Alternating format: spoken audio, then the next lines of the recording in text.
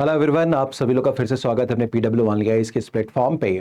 और अभी हम लोग बात करने वाले हैं जो एनसीईआरटी सीरीज अपनी चल रही है मेडिवल हिस्ट्री की, सतीश चंद्र शर्वाली, उसके 8th चैप्टर के ऊपर भी हम लोग डिस्कशन करने वाले हैं। पिछले क्लास में हम लोग 7 चैप्टर को डिस्कस किया था। आज हम लोग बात करेंगे 8 चैप्टर के बारे में, जिसका सरोकार भी दिल्ली सल्तनत के साथ ही है। तो 8 चैप्टर करेंगे। ये अच्छा, यहाँ पर 7th लिखा हो, ये 8th चैप्टर आज हमारा डिस्कशन में हो रहा है, शामिल हो रहा है 8th चैप्टर।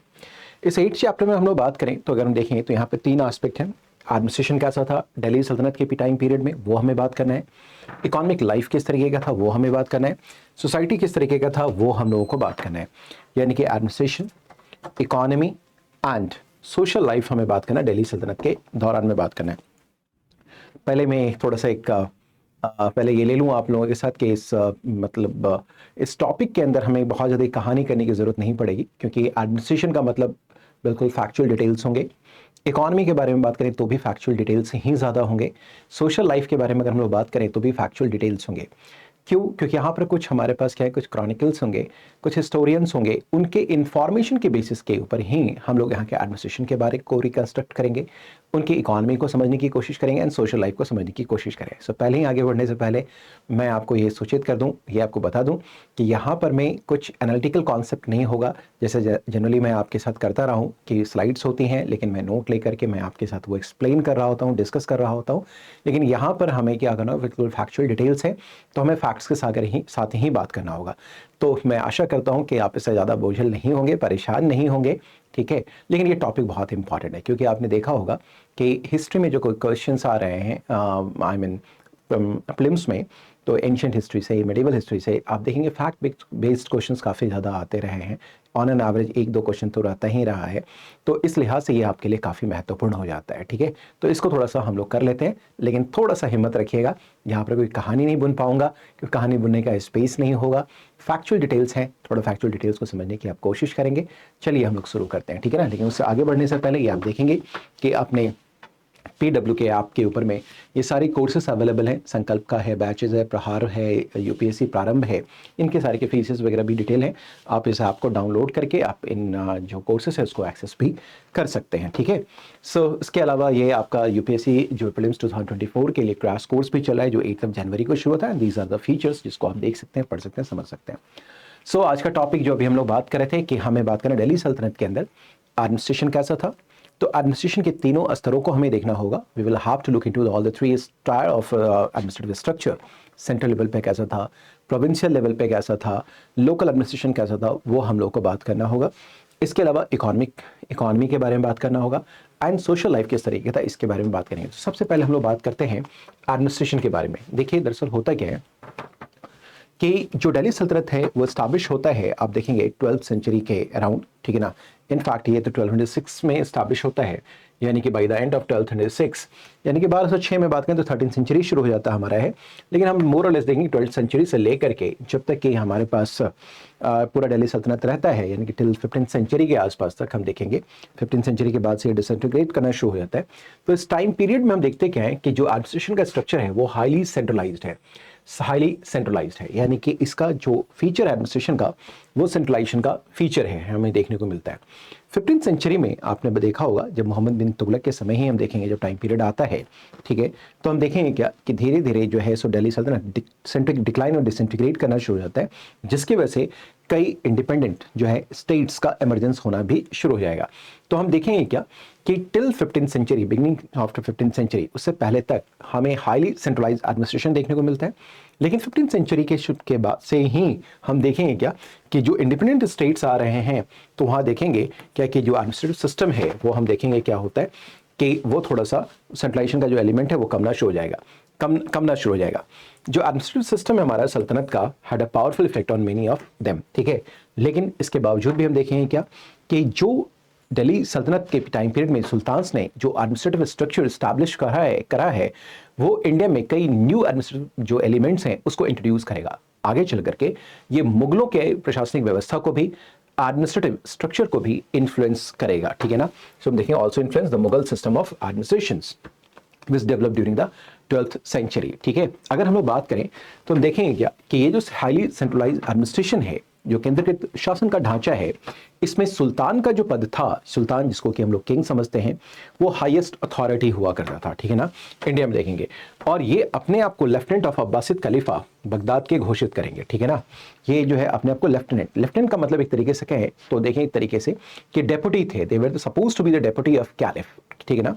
अब्बासिद खलीफा जो बगदाद में हैं, उनसे खिल्लत ये लेते थे, उनसे मैनुमेशंस लेते थे और फिर यहाँ पर शासन करते थे। लेकिन संकल्पना के स्तर पे इस बात को बिल्कुल स्पष्ट रखिएगा कि इसका कतई मतलब ये नहीं था कि जो कैलिफ थे वो दिल्ली सल्तनत में सॉवरेन हुआ करते थे। अगर ये लोग अपने आप को लेफ्टिनेंट कह रहे हैं, अपने आप को डेप्यूटी कह रहे हैं खलीफा के, तो इसका मतलब ये नहीं है कि इनका जो पोजीशन है वो कैलिफ के नीचे है।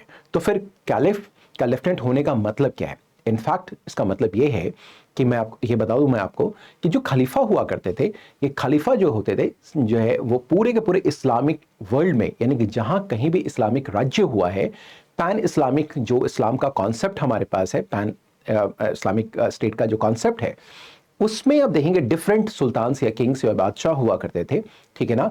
और उन सभी का पॉलिटिकल और जो हमारे पास क्या कहते हैं स्पिरिचुअल लीडर होता था वो था खलीफा। ये खलीफा का जो पोजीशन है वो एक सिंबॉलिक हेडशिप है यहाँ पर। इसका मतलब ये कतई नहीं हुआ कि अगर यहाँ के सुल्तान अपने आप को डेप्यूटी या लेफ्टिनेंट कहते हैं खलीफा के, तो इसका मतलब ये नहीं है कि जो खलीफा हैं वो यहाँ पर सॉवरेन है, ठीक है ना। ये बात समझ, एक संप्रभु है, यानी कि यहाँ का मुखिया सुल्तान ही है, खलीफा नहीं है, बल्कि केवल इस्लामिक स्टेट के साथ इनकी सॉलिडारिटी है। ये भी इस्लामिक राज्य के एक हिस्सा है जिसका कि जो प्रमुख है वो कौन है? खलीफा है, उसके नायब के रूप में यहाँ पर ये कार्य कर रहे हैं। लेकिन इसका मतलब कतई ये नहीं हुआ कि यहाँ पर खलीफा का संप्रभु अधिकार है। संप्रभुता तो सुल्तान के अंदर ही है, ये बातें स्पष्ट है।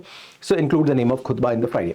और ये जो है खलीफाओं के जब ये खुतबा पढ़ा जाता था, ठीक है ना, जो शुक्रवारी नमाज होता था जब आप पढ़ते थे तो वहां पर खलीफाओं के नाम को भी पढ़ा जाता था खुतबा में, ठीक है। This don't mean that खलीफ became the legal ruler of Delhi सल्तनत, ठीक है ना।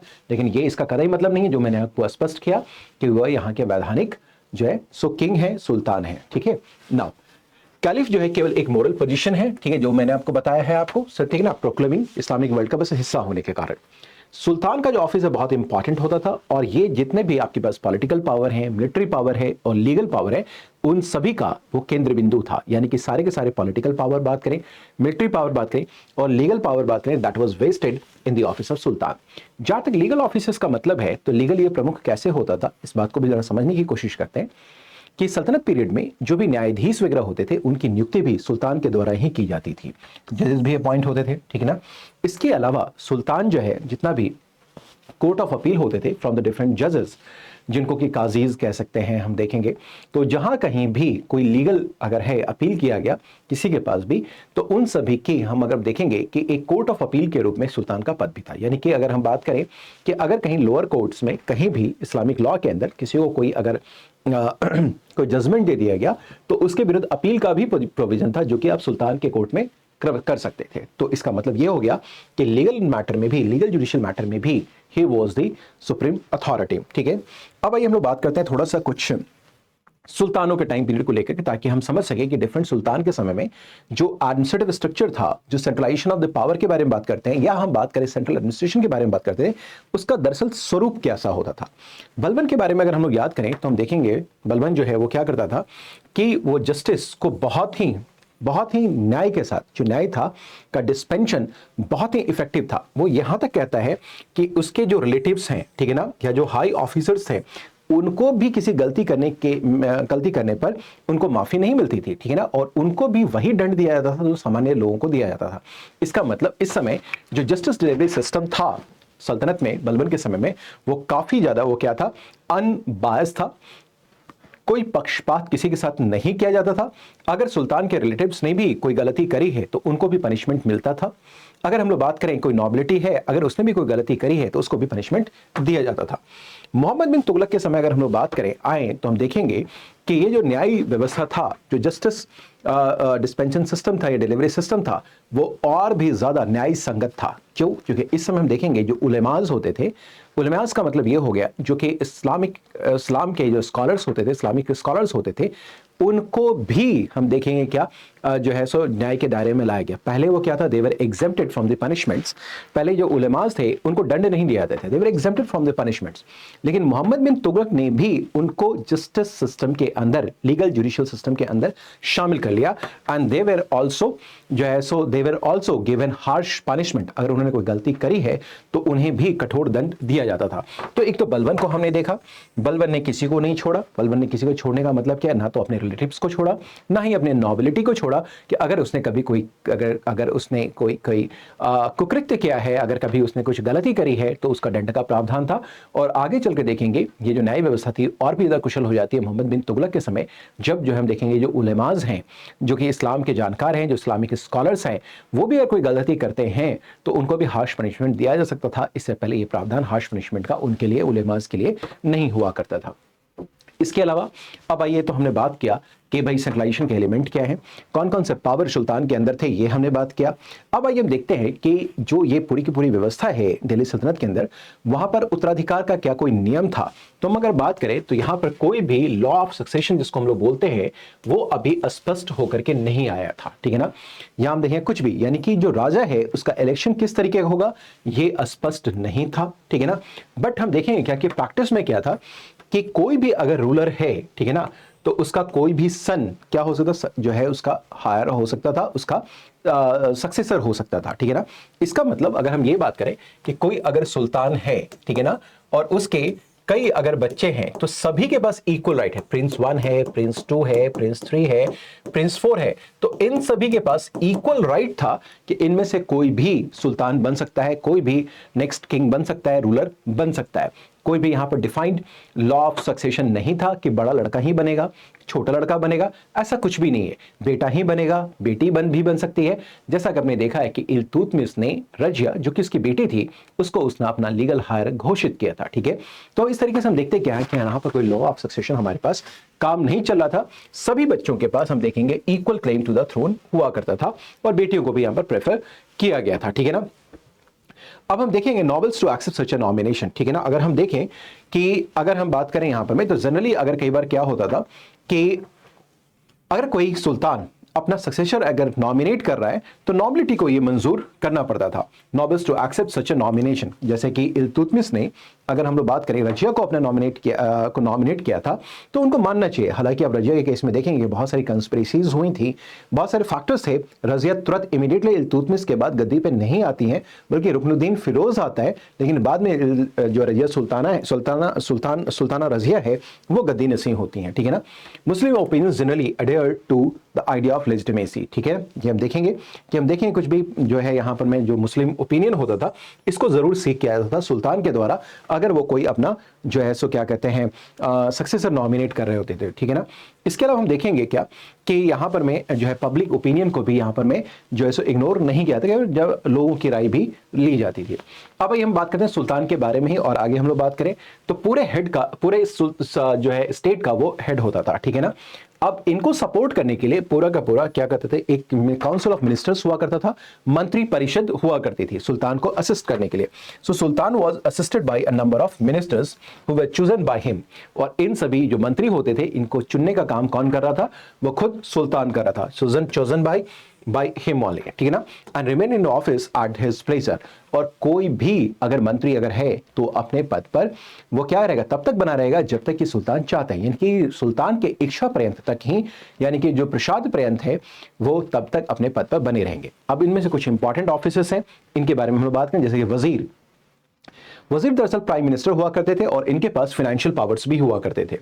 दीवाने अर्श ये मिलिट्री डिपार्टमेंट के हेड हुआ करते थे। दीवाने जो रिसालत है, ये रिसालत है, RI है, ये दिस इज कॉल्ड R, रिसालत ये R है, रिसालत जो कि रिलीजियस मैटर्स में अपनी भूमिका निभाते थे, ठीक है, जो है सो धार्मिक मामलों में।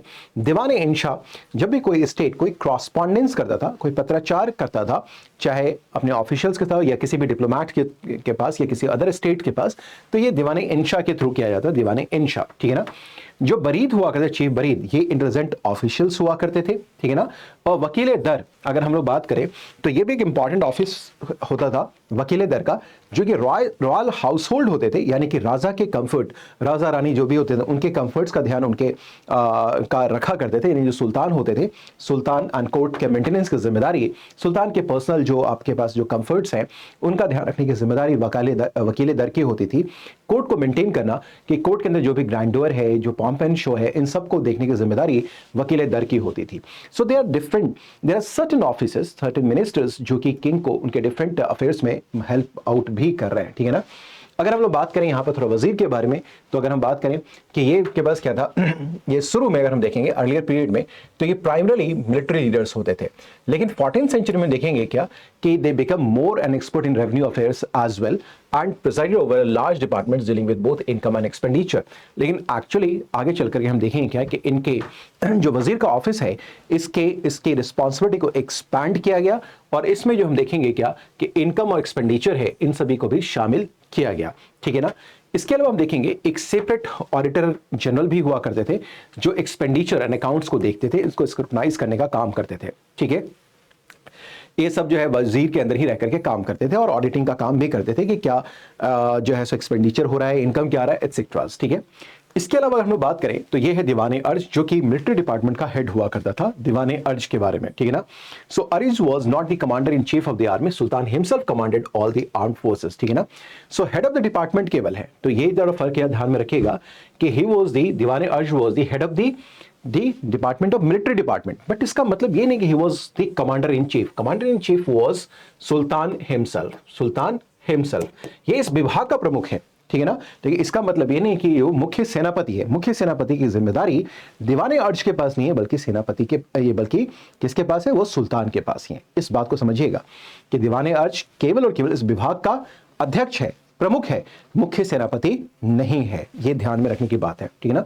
सो no king could have been survived on the thrones if he enters the chief command of the armed forces to someone else. जो सल्तनत पीरियड में आपने देखा होगा, जितने भी अपहिवल्स हुए हैं, जो भी अप्स एंड डाउन्स होते रहे, विन परिस्थितियों में अगर किसी सुल्तान ने अपने सेनापतित्व की जिम्मेदारी यानी कमांडर इन चीफ की जिम्मेदारी किसी दूसरे के हाथ में दे देता तो उसका सर्वाइवल ही एट थ्रेट होता, उसका सर्वाइवल बड़ा ही मुश्किल होता, वो सर्वाइव नहीं कर पाता, ठीक है ना। इसलिए आमतौर पे आपने देखा होगा सुल्तान होते थे वही कमांडर इन चीफ हुआ करते थे, ठीक है। हालांकि एक डिपार्टमेंट है, उस डिपार्टमेंट के हेड के रूप में दीवाने अर्ज हैं, लेकिन वो मुख्य सेनापति नहीं है, कमांडर इन चीफ नहीं है, बल्कि कमांडर इन चीफ की जिम्मेदारी जनरली सुल्तान अपने पास ही रखते थे, और उसका तर्क भी आपके पास है। अब देखेंगे क्या कि इनके पास जो आरिज जो है दीवाने अर्ज हैं, जो या आरिज ममालिक हैं, ठीक है ना, उनकी कुछ जिम्मेदारियां थी। अब जब मुख्य सेनापति के रूप में अगर हम लोग बात करेंगे सुल्तान ही है, तो अर्ज दीवाने अर्ज के पास क्या क्या जिम्मेदारियां थी, तो जिम्मेदारी के रूप में देखें सैनिकों को रिक्रूट करने की जिम्मेदारी, ठीक है ना, उनको जो है सो अस्त्र शस्त्र से लैश करने की जिम्मेदारी, ठीक है ना, और उनके पेमेंट की जिम्मेदारी किसके पास होती थी, that was of this department that's called दीवाने अर्ज। और दीवाने अर्ज के जो प्रमुख होते थे उनको बोलते हैं आरिज़े ममालिक, ये उनकी जिम्मेदारी होती थी। सो रिक्रूटमेंट का, उनको इक्विपमेंट देने का और उनको पेमेंट करने की जिम्मेदारी सुल्तान की नहीं थी, ये जिम्मेदारी किसकी थी, that was the responsibility of दीवाने अर्ज, ठीक है। ये फर्क याद रखिएगा दीवाने अर्ज और सुल्तान के पोजीशन को, that is very much important, ठीक है ना। तो इस बात को थोड़ा सा याद रखना है, दीवाने अर्ज का सुल्तान के साथ का जो रिलेशन है वो आपके लिए बेहद बेहद महत्वपूर्ण है, इसको समझ के थोड़ा रखना जरूरी है, ठीक है। दीवान रिसालत हमने बताया था कि जितने भी रिलीजियस मैटर्स होते थे उनको डील करने की जिम्मेदारी दीवान रिसालत की होती थी, ठीक है ना। ये पास फाउंडेशन स्टाइपेंड वगैरह भी है जो देते थे, जो रिलीजियस चैरिटी कह लीजिए आप काइंड ऑफ, ये सब इन्हीं के थ्रू दिया जाता था जो कि मुस्लिम स्कॉलर्स होते थे, ठीक है ना। Man of piety presided over by the chief सदर who among generally a leading काजी, ठीक है। अब हम देखें जो दीवान रिसालत जनरली होता था ना, ये क्या होता था, जो विद्वान लोग होते थे इस्लाम में जनरली उनको जो है सो क्या देता था, स्टाइपेंड देते थे, उनको स्टाइपेंड देने का काम करता था, वजीफा वगैरह भी बांटा जाता था। और आमतौर पे इसके जो देखेंगे जो ऑफिशियल हेड जो हेड करता था वो लीडिंग काजी होते थे, जिनको हम लोग चीफ काजी बोलते हैं। लेकिन चीफ काजी की जिम्मेदारी एक और होती थी, क्योंकि जो जस्टिस डिपार्टमेंट होता था उसके ये मुखिया होते थे। जिस तरीके से हमने देखा कि जो दीवान अर्ज है मिलिट्री डिपार्टमेंट के मुखिया है, उसी तरीके से हम देखते क्या है कि जो डिपार्टमेंट ऑफ जस्टिस है उसको हेड करने का काम भी चीफ काजी किया करते थे। तो चीफ काजी रिलीजियस मैटर्स में भी हो गए, वो जो है चैरिटी देने का भी काम कर रहे हैं और साथ ही साथ डिपार्टमेंट ऑफ जस्टिस को भी हेड करने का काम कर रहे हैं। काजी की जिम्मेदारी होती थी कि जो भी हमारे पास सिविल लॉ, जो भी पनिशमेंट दिया जाए या जो भी प्रोविजन किया जाए, वो जिम्मेदारी ये थी उनकी कि मुस्लिम लॉ को इंप्लीमेंट करवाया जाए, यानी कि जो शरीयत है उसको इंप्लीमेंट, शरिया जो है उसको डिस्पेंस करवाया जाए, उसको इंप्लीमेंट करवाए। सो काजी dispense civil law. Hindus were governed by their own personal laws. At the same time देखें, ये तो हो गई बात कि एक पर्टिकुलर कम्युनिटी के बारे में, क्योंकि इस्लामिक स्टेट है यहाँ पर में इस्लामिक स्टेट को एस्टैब्लिश करने की कोशिश शुरुआती दौर में की गई। शरीयत जो शरिया जो लॉ है उसको इंप्लीमेंट करवाने की जिम्मेदारी सुल्तान की रही है। लेकिन एट द सेम टाइम देखेंगे कि इस समय जो हमारे पास रियाया है, जो हमारी सब्जेक्ट है, वो मोस्टली क्या है, वो नॉन मुस्लिम्स है, हिंदूज हैं। तो हिंदू के गवर्नेंस को अगर हम देखेंगे, अगर हम लोग बात करें, तो उनके लिए अपने उनके पर्सनल लॉज हुआ करते थे जिनसे वो गवर्न होते थे, ठीक है ना। और इन सभी के लिए जो जस्टिस डिलीवरी सिस्टम था that was through panchayat system, ठीक है ना। सो पंचायत के थ्रू हम देखेंगे कि उनके पर्सनल लॉज को इंप्लीमेंट करवाया जाता था, ठीक है ना, जो कि गांव में होते थे। और इसमें कहते हैं and by the leaders of various caste in this cities. Criminal law जो होता था उसके लिए हम देखेंगे जो क्रिमिनल लॉ, ये तो दीवानी मामले में हो गया कि दीवानी मामले में हम देखेंगे कि जो इस्लामिक पीपल हैं उनके लिए सरिया इंपॉर्टेंट था, और हमारे यहाँ हिंदू कोड ऑफ कंडक्ट में जो नॉन मुस्लिम्स हैं उनके लिए हिंदू कोड ऑफ कंडक्ट था, जिसको पंचायत के थ्रू इंप्लीमेंट करवाया जाता था। अब आइए क्रिमिनल लॉ के बारे में देखें। तो क्रिमिनल लॉ में हम देखेंगे एक प्रकार की यूनिफॉर्मिटी थी। सुल्तान ने जो किसी भी क्राइम के लिए अगर कोई दंड का प्रावधान कर दिया दैट वाज इंप्लीमेंटेड, ठीक है ना। सो क्रिमिनल लॉ वाज थी, एक तरीके से हम लोग बात करें तो एक्सक्लूसिव राइट था किसका, वो था सुल्तान का, ठीक है। इन जनरल जो प्रैक्टिस में हम लोग देखेंगे सिविल लॉज के लिए तो हमने देखा सरिया, और दूसरी तरफ हम देखें हिंदू कोड ऑफ कंडक्ट है जिसको कि लागू करवाने की जिम्मेदारी पंचायतों को ही होती थी, गांवों में होती थी। लेकिन क्रिमिनल लॉ के मैटर में हम देखेंगे क्या कि जो रूलर होते थे वो अपना लॉ बनाते थे और जो है किसी भी क्राइम के लिए पनिशमेंट का प्रोविजन करते थे, ठीक है ना। नाउ अब हम देखें दीवाने इंशा, जो कि हमने बताया कि ये स्टेट ऑफ जो है सो क्या होता था, क्रॉसपॉन्डेंस होता था। यानी कि जो सुल्तान है वो किसी दूसरे स्टेट के राजा के साथ, अगर कोई यानी कि किंग के साथ या किसी रूलर के साथ जो क्रॉसपॉन्डेंस करता था दैट वाज थ्रू दीवाने इंशा हुआ करता था, ठीक है ना। चीफ बरीद, जैसा कि मैंने बताया कि राजा को जो है पूरे राज्य के बारे में, साम्राज्य के बारे में जानकारी उपलब्ध करवाते थे, क्योंकि बरीद्स वर, चीफ बरीद्स वर द इंटेलिजेंट, ये जो है जो head of the what I से इंटेलिजेंस डिपार्टमेंट, ये हुआ करते थे।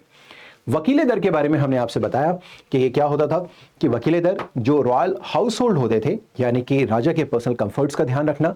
इसके अलावा हम देखें कि जो कोर्ट का मेंटेनेंस है, जो कुछ भी आप देखते होंगे कभी अपने मिडिवल पीरियड का कोई भी किंग के कोर्ट के बारे में कोई भी सीरियल वगैरह अगर आपने देखा होगा, डॉक्यूमेंट्री देखी होगी, तो आपको दिखाया गया होगा कि उनका जो कोर्ट होता था बड़ा ही ग्लैमरस हुआ करता था। वहाँ का जो भी अरेंजमेंट होता था, जो बैठने का पोजीशन होता था, या वहाँ कट, ये सब कुछ देखने की जिम्मेदारी किसकी होती थी, वकील दर की होती थी, ऐसा आप समझ सकते हैं, ठीक है ना।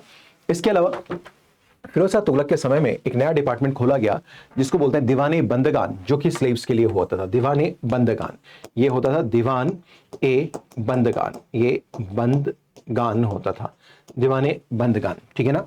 और इसके अंदर हम देखेंगे दीवाने जो बंदगान था, ठीक है, इसमें जो है सो स्लेव्स को many of whom were employed in the royal workshop, ठीक है ना। और ये जो आपके पास दास होते थे, जो आपके पास स्लेव्स होते थे, उनको रॉयल वर्कशॉप में इनको जो है सो एम्प्लॉय किया जाता था, ठीक है ना। और इनके लिए जो है वकील दर को अपॉइंट किया जाता था, ठीक है ना। इसके अलावा हम देखेंगे क्या वकील दर की जिम्मेदारी क्या होती थी कि वो कोर्ट के अंदर प्रॉपर डेकोरम, यानी कि क्या होना चाहिए, जो प्रोटोकॉल कह लीजिए, डेकोरम कह लीजिए, वो मेंटेन करवाना भी वकील दर की जिम्मेदारी होती थी, ठीक है ना। And placing novels in their proper order of precedence of at formal receptions, ठीक है ना। कौन कहाँ बैठेगा, क्या करेगा, इन सब की को भी देखने की जिम्मेदारी वकील दर की होती थी। अब आइए लोकल एडमिनिस्ट्रेशन के बारे में बात करें तो हम देखते क्या है, उससे पहले ये समझने की कोशिश करते हैं कि जो पूरा का पूरा दिल्ली सल्तनत के समय जो एम्पायर हुआ करता था, ये था, वो था सल्तनत उसको बोलते थे। सल्तनत का मुखिया कौन होता था, वो था हमारे पास सुल्तान। फिर इक्ताज होते थे। इक्ता सिस्टम आपको याद होगा कि इल्तुतमिश ने शुरू किया था, जिसको कि हम लोग प्रोविंसेस की तरीके से ट्रीट करते थे। इसके मुखिया होते थे मुक्तीज और वली और इक्तदार युकान से। फिर इक्ताज वर डिवाइडेड इनटू सीक्स, जिनको डिस्ट्रिक्ट्स बोलते थे, और इसका जो हेड होता दैट इज कॉल्ड सीकदार्स। फिर ये सीख जो होते थे डिफरेंट सब डिस्ट्रिक्ट यानी कि परगना में डिवाइडेड होते थे, जिसका ऑफिशियल अगर हम बात करें सिविल मैटर्स में वो होता था आमील, जो रेवेन्यू कलेक्टर्स हुआ करते थे। इसके अलावा विलेज में देखें कई तरीके के अधिकारियों की नियुक्ति की बात की है। मखदूम एंड चौधरी वो कहते हैं गांव के प्रशासन के साथ जुड़े हुए अधिकारी हुआ करते थे, मखदूम एंड चौधरी, ठीक है ना, ग्रामीण प्रशासन के साथ ये जुड़े हुए हुआ करते थे। इसके अलावा ये हम लोग बात करें तो हमने देखा कि इक्ताज हो गए, इक्ताज प्रोविंसेस होते थे जिनको शुबाज भी कहते थे, इसके होल्डर मुक्तीज और वली होते थे। और हम देखेंगे मोहम्मद बिन तुगलक के समय आते आते तक हम देखेंगे क्या कि कुल मिलाकर 24 परगनास यानी कि 24 परगना कहते हैं, 24 प्रोविंसेस हो गए, जिसकी हम ऐसे कहते हैं 24 इक्ताज हो गए, ठीक है ना, जो कि माबार इन साउथ से लेकर के पूरा दिल्ली तक पूरा फैला हुआ था, ठीक है। पहले हम देखेंगे क्या कि एट फर्स्ट मुक्तीज वर ऑलमोस्ट इंडिपेंडेंट। पहले जो ये मुक्तीज होते थे यानी कि इक्ता के जो होल्डर्स होते थे वो ऑलमोस्ट इंडिपेंडेंट होते थे, ठीक है ना, और इनकी जिम्मेदारी क्या होती थी, लॉ एंड ऑर्डर मेंटेन करना इन देयर इक्ताज, ठीक है ना, जो इक्ताज इनको दिया वहां पर में कानून व्यवस्था को बनाए रखने की जिम्मेदारी होती थी, और रेवेन्यू कलेक्शन भी इनकी जिम्मेदारी हुआ करती थी, रेवेन्यू को कलेक्ट करने की जिम्मेदारी होती थी। Meet the salaries due to the soldiers and keep the balance, ठीक है ना, ये इतनी बातें हो गई। As the central government became stronger and gained experiences, it began to control the muktis more closely, ठीक है ना। लेकिन हम देखेंगे जैसे जैसे समय के साथ साथ जो सुल्तान का पोजीशन मजबूत होता चला गया और सेंट्रल गवर्नमेंट मजबूत होती चली गई, तो इक्ताज यानी कि जो प्रोविंशियल गवर्नर जिसको बोलते हैं, इख्तिदार, मुक्तीज और वली, इनका पोजीशन धीरे धीरे क्या होने लगा, वो जो है वो अंडर कंट्रोल होना शुरू हो गया। आपने देखा कि जिस समय सेंट्रल अथॉरिटी अलाउद्दीन खिलजी के समय काफी स्ट्रांग हुआ, मोहम्मद बिन तुगलक तक के समय तक आप देखेंगे तो इस समय जो इक्तदार थे, जो मुक्ति थे, जो वली थे, उनका पोजीशन काफी कंट्रोल रहा, they were under the control of the sultans, ठीक है ना, ये होता है, ठीक है ना। इनके जो fix the salaries of the soldiers and the मुक्तीज इन कैश, ठीक है ना, एंड द मुक्ति इन कैश। अभी हम देखते क्या है कि इनकी सैलरी फिक्स होती थी, ठीक है ना, एंड इनको कैश भी दिया जाता, ठीक है ना, fix the salaries of the soldiers and मुक्ति इन कैश, ठीक है ना। इसका मतलब सैलरी जो है वो आपको जो है सोल्जर्स की सैलरी को फिक्स कर दिया गया। जब स्ट्रांग किंग हुआ करता था, सुल्तान होते थे, सेंट्रलाइजेशन का एलिमेंट काफी स्ट्रांग होता था, तो उस समय देखेंगे कि मुक्तीज को कैश भी दिया जाने लगा इक्ताज के बदले में, ठीक है। अलाउद्दीन खिलजी खास करके बात करें, मोहम्मद बिन तुगलक के बारे में बात करें तब ऑडिटिंग ऑफ द अकाउंट्स, ठीक है ना, हम देखते क्या है कि इस समय उनके अकाउंट्स यानी कि जो भी रेवेन्यू कलेक्शन का काम उनके पास था उनकी प्रॉपर ऑडिटिंग होती थी, और अगर किसी ने कोई गलती करी है तो इनको दंड का प्रावधान भी यहाँ पर हुआ करता था। ये तो हो गए प्रोविंशियल एडमिनिस्ट्रेशन के बारे में। अब आते हैं हम लोग बात करते हैं डिस्ट्रिक्ट के लेवल पे, जिसको हम लोग शेख और सीख के लेवल पे हम देखेंगे, एंड देन फिर बरगनास के बारे में बात करेंगे। तो प्रोविंसेस के नीचे हमारे पास क्या होता था, सीख्स, और सीख के नीचे होता था हमारे पास कौन सा, दैट इज कॉल्ड परगना। यानी कि हमारे पास क्या हो गया, प्रोविंसेस जिसको कि शुबाज बोलते थे, ये जो सुबाज या इक्ताज बोलते थे, सुबाज के नीचे हमारे पास हुआ सीख्स, और सीख्स के नीचे हमारे पास हो गया परगनास, ठीक है ना। अब ये जो परगनास विलेजर्स थे हमारे पास, they were grouped into units of 100 to 84, ठीक है ना, जिसको कि हमें 84 परगना वाज हेडेड बाय आमिल्स। Most important person in the village were the खूट्स, ठीक है ना। अब हम लोग विलेज एडमिनिस्ट्रेशन के बारे में बात करें तो इसमें जो है एक खूट हमारे पास है, मुकदम्स, और हमारे पास जो है चौधरीज भी हैं। जो खूट होते थे ये लैंड ओनर्स थे, मकदम्स वर हेडमैन, विलेज अकाउंटेंट्स को हम लोग पटवारी बोलते थे। डिफरेंट ऑफिशियल्स हैं जो आपको याद रखना चाहिए, ठीक है। शुरुआती दौर में देखेंगे कि जो हमारे पास हार्डली एनी चेंज था was made in the working of the administration of the local level, ठीक है ना। शुरुआती दौर में जो व्यवस्था थी ग्रामीण प्रशासन की वो ऑलमोस्ट वैसे ही बरकरार रखी गई, ठीक है। इसके पीछे का major factor in the Turkish establishment their authority in the countryside quickly, ठीक है ना, ठीक है। मेजर फैक्टर इन द, इसमें क्या क्या फैक्टर्स थे जो कि हम देखेंगे कि जो फैक्टर थे in the Turks establishing their authority in the countryside quickly, changes began from the time of Alauddin Khilji and that led to conflicts including the peasants rebellions, ठीक है ना। लेकिन हम देखेंगे क्या कि शुरुआती दौर में, यानी अलाउद्दीन खिलजी से पहले तक देखें तो हम देखेंगे कि वही व्यवस्था बनाई गई जो कि शुरुआत में स्थापित किया गया, एस्टैब्लिश किया गया, लेकिन बाद में उसमें चेंजेस किए गए। अलाउद्दीन खिलजी के समय आपने देखा मखदूम एंड खूट्स, ठीक है ना, इन सभी को कंट्रोल किया गया।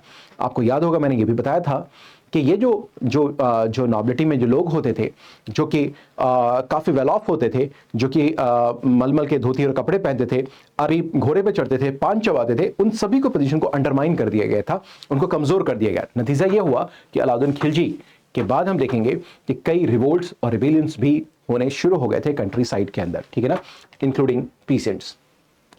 तो ये तो एडमिनिस्ट्रेशन के बारे में था, जहां हमने सेंट्रल एडमिनिस्ट्रेशन, फिर हमने सूबा के लेवल पर एडमिनिस्ट्रेशन देखा, और ग्रामीण स्तर पे भी जाकर हमने एडमिनिस्ट्रेशन को देखना शुरू किया था। अब आइए थोड़ा सा हम लोग बात करते हैं इकोनॉमिक एंड सोशल लाइफ के बारे में, ठीक है ना। देखिए दरअसल होता क्या है कि 1333 में 1333 में मोरक्को से, या उस मोरक्को में एक प्लेस है जिसको तांजियर बोलते हैं, जो नॉर्थ अफ्रीका का एक रीजन होता है, यहां से एक ट्रैवलर आता है जिसका नाम है इब्न बतूता, ठीक है ना। इब्न बतूता ने अपना एक ट्रैवलॉग लिखा जिसका नाम है रेहला, ठीक है ना, ट्रैवलॉग है ये रेहला। और इस रेहला में इंडिया के इकोनॉमिक एंड सोशल लाइफ के बारे में काफी कुछ बात कही गई है। 1333 में ये आता है इंडिया में, that is called 14th century. इसका मतलब ये हो गया that is called 14th century, 1337 में आता है। और ये मोहम्मद बिन तुगलक के दरबार में लगभग 8 वर्षों तक रहता है। He reigned in the court of Mohammad bin Tughlaq for almost 8 years, ठीक है। और इसमें जो कुछ भी उसने ऑब्जर्व किया उसने अपने ट्रैवलॉग में उसने लिखा है, ठीक है ना। Travel all over India and has left a very interesting account of the product of the country, including fruits, flowers, herbs, etc. ठीक है ना। यहाँ के रोड्स के बारे में लिखा है उन्होंने, लाइफ ऑफ द पीपल के बारे में भी उन्होंने लिखा है, ठीक है ना। बताया क्या है कि इसमें पूरब में भी और दक्षिण में भी राइस और सुगर केन का प्रोडक्शन होता था। नॉर्थ इंडिया में अगर हम लोग बात करें, यानी कि ईस्ट और साउथ में राइस और सुगर केन का प्रोडक्शन हम देखते हैं। और नॉर्थ इंडिया में अगर हम लोग बात करें तो इस समय यहाँ पर गेहूं और तिलहन यानी कि ऑयल सीड्स, इन सभी का प्रोडक्शन होता था। यह जानकारी इसने दी है। इब्न बतूता ने यहाँ की मिट्टी के बारे में लिखा है कि यहाँ की जो मिट्टी थी बड़ी उर्वर होती थी, फर्टाइल होता था, and it could produce 2 crops every year. और यहाँ पर में 2 क्रॉप जो है, यानी कि साल भर में 2 जो है खेती कृषि आपकी हो जाती थी। एक था every year, rice being 3 times a year, ठीक है ना। Formal the basis of many village industries, ठीक है ना, form the basis of many village industries such as pressing, making of jaggery, ये ऑयल प्रेसिंग हो गया, that is called oil pressing, making of jaggery, गुड़ बनाना, ठीक है। उसके बाद क्लॉथ्स की वेयरिंग एंड जो है डाइंग, ये सब जो है हम देखेंगे क्या कि हमारे पास कई इंडस्ट्री, यानी कि एग्रीकल्चर जो था यहाँ पर में वो दोनों तरीके की जो है सो क्रॉप को प्रोड्यूस करता था।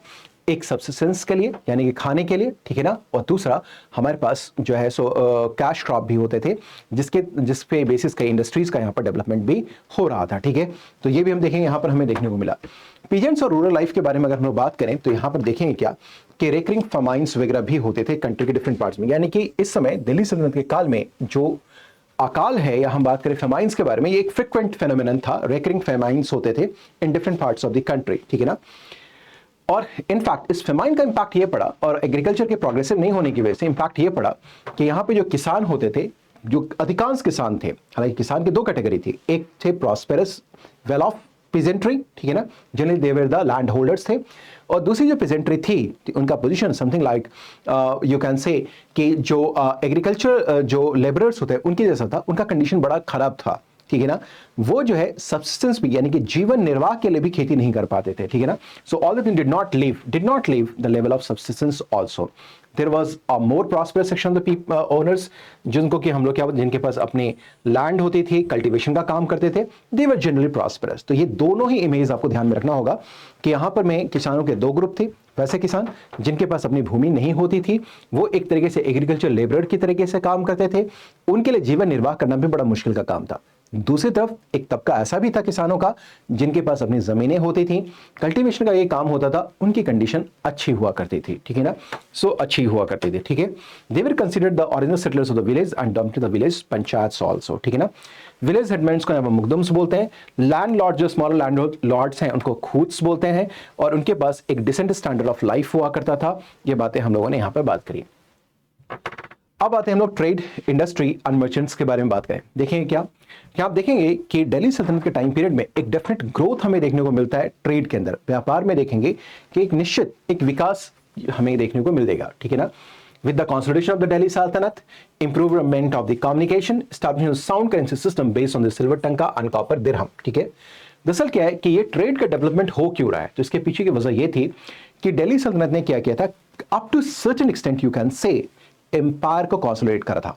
इसका मतलब मैं दूसरे शब्दों में सरल भाषा में समझाऊं तो इसका मतलब क्या है कि कुछ हद तक भारत में एकीकरण का काम सल्तनत के लोगों ने किया। दिल्ली सल्तनत क्या, जहां भी उनकी टेरिटरी बनी तो एक तरीके से unification of the political structure हुआ।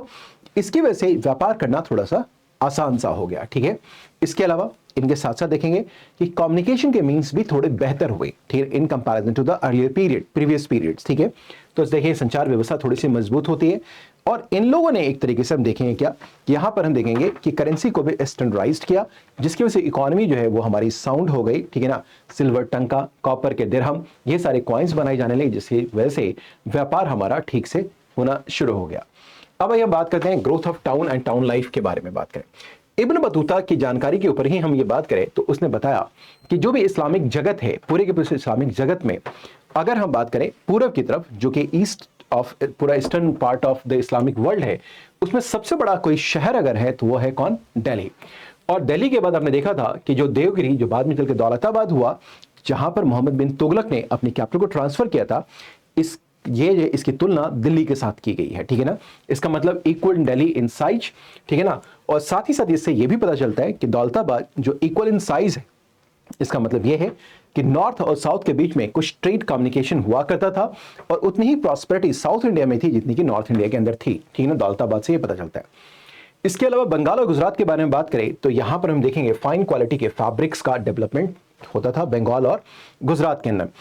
बंगाल में ही बात करें तो सोनार गांव है जो अपने रॉ सिल्क के लिए और फाइन कॉटन क्लॉथ्स के लिए जाना जाता था। फाइन कॉटन क्लॉथ्स के लिए, जिसको कि मसलिन बोला जाने लगा, यह था बंगाल का सोनार गांव, ठीक है ना, जिसको मसलिन भी बोलते थे, हम लोग मसलिन बोलते थे, आगे चल करके मसलिन, ठीक है।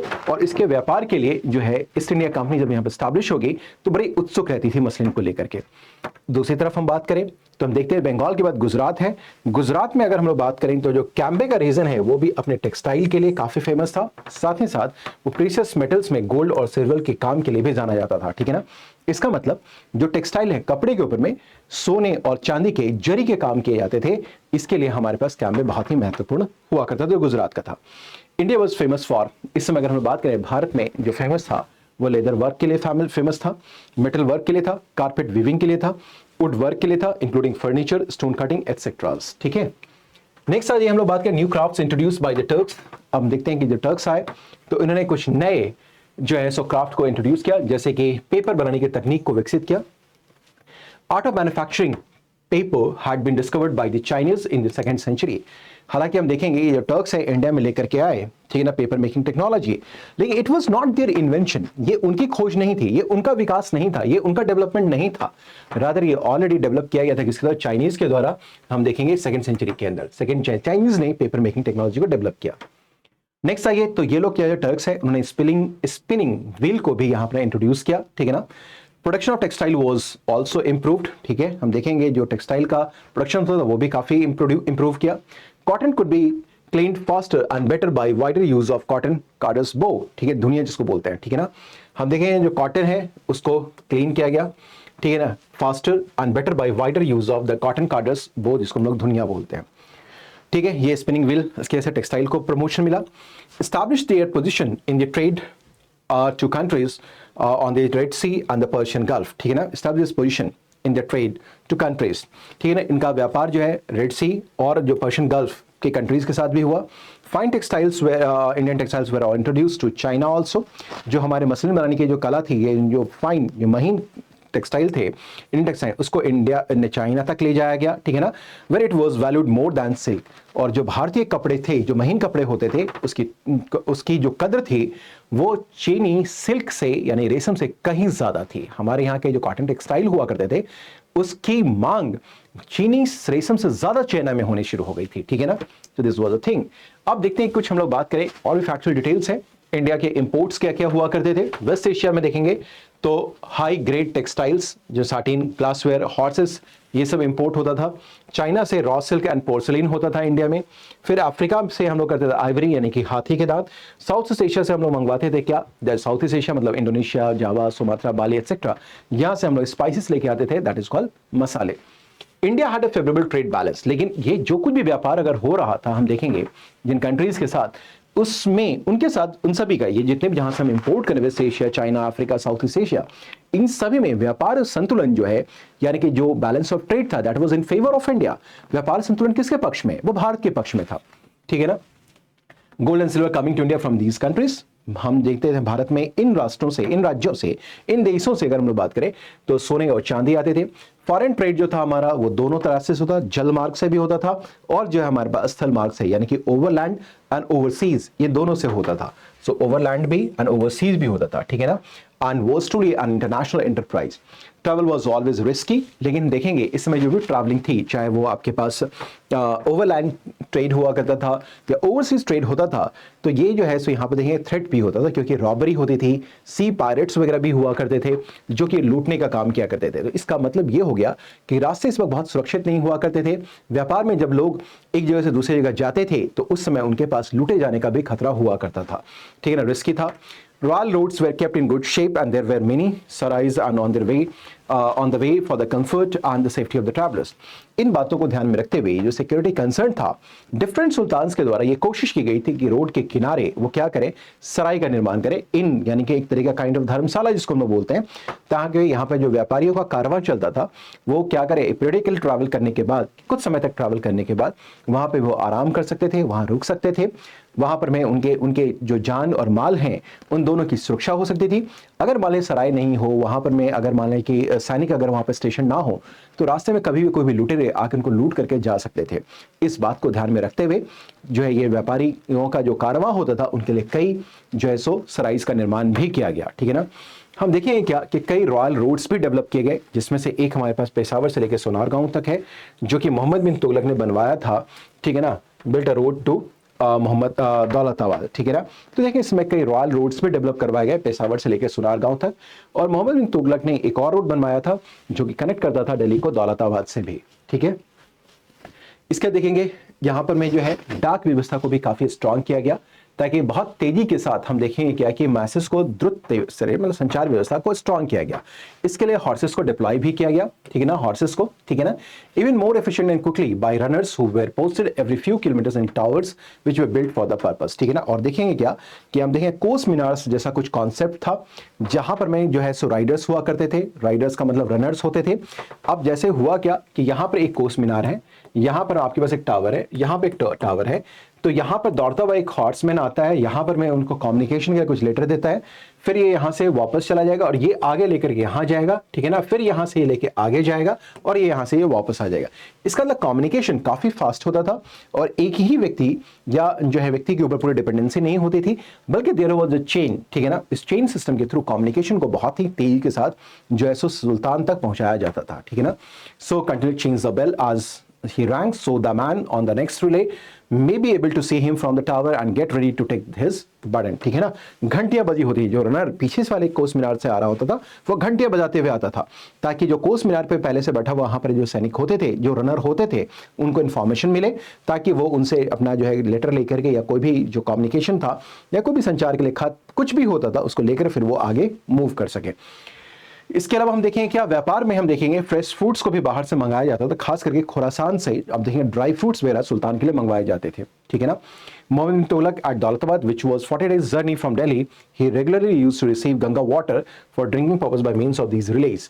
और ये जो आपके पास रनर होते थे ना, जिनको हमने देखा कि एक प्लेस से दूसरी जगह मूव करते थे, प्रत्येक दिन जब मोहम्मद बिन तुगलक जो था जिसने अपनी कैपिटल को ट्रांसफर किया दिल्ली से दौलताबाद, तो दौलताबाद दिल्ली में भी वो गंगा का वाटर यूज करता था, यानी स्वच्छ होता था। आपको मालूम है कितनी प्योरिटी होती थी।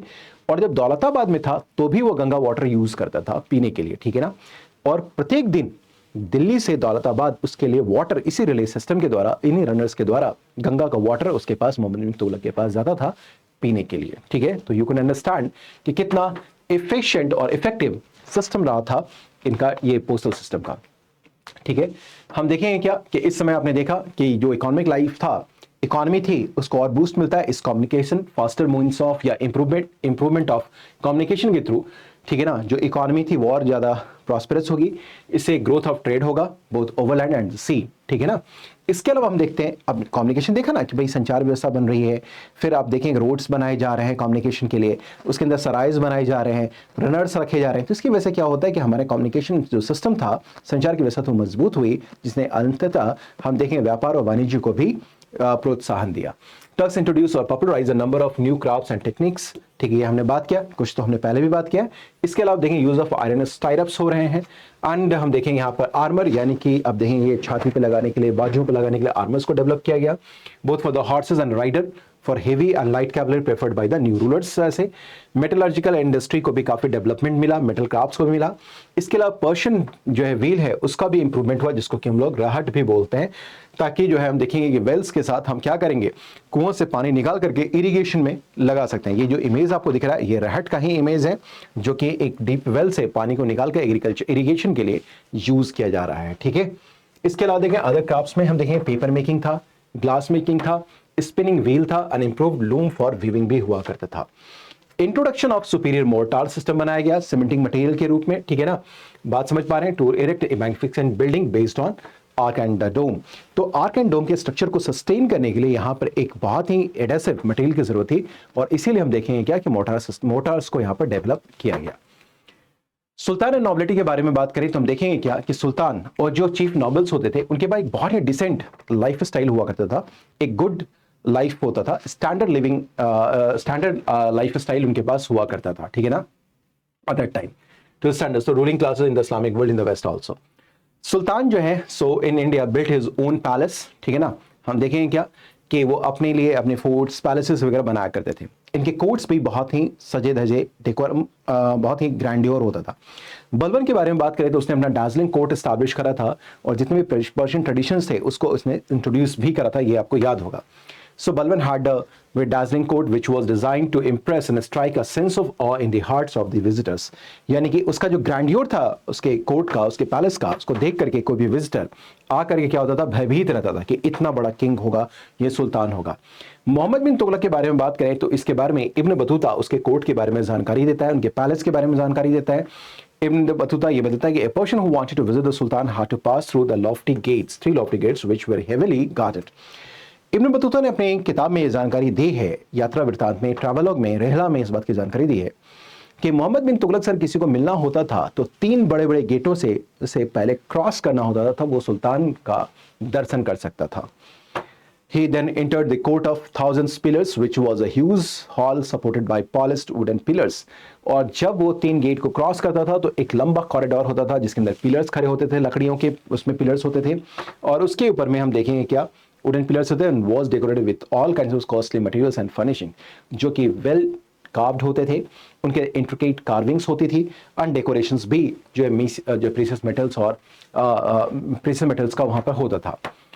मोहम्मद बिन तुगलक के बारे में बात करें, used to present 2 robes of honor, one in the cold and the other in the hot season to each of his nobles, 2 lakh robes every year। ठीक है ना, अब देखते हैं used to present 2 robes of honor। ठीक है ना, हम देखेंगे एक तरीके से मोहम्मद बिन तुगलक क्या करता था, अपने लिए प्रत्येक साल कम से कम 2 robe of honor दिया करता था अपने जो है 2 लाख मतलब ये नॉबिलिटी के लिए। रोब्स ववन इन रॉयल वर्कशॉप। ठीक है ना, ये जो कपड़े होते थे, रोब्स होते थे, समर के लिए अलग होते थे, विंटर के लिए अलग होते थे, और ये रॉयल कारखाने में यानी राजकीय कारखाने में तैयार किए जाते थे। ठीक है ना, generally consisted of imported cloths जिसमें वेलवेट होता था, दमस्क का ऑफ वूल होता था, which brocade and costly material were use. ठीक है ना, तो हम देखते हैं क्या कि इनको रॉयल कारखाने में तैयार किया जाता था, इसके ऊपर में बहुत ही खर्चीले काम किए जाते थे, कभी वेलवेट का काम हो जाता है, इसके ऊपर वूल का काम होता था, एटसेट्रास।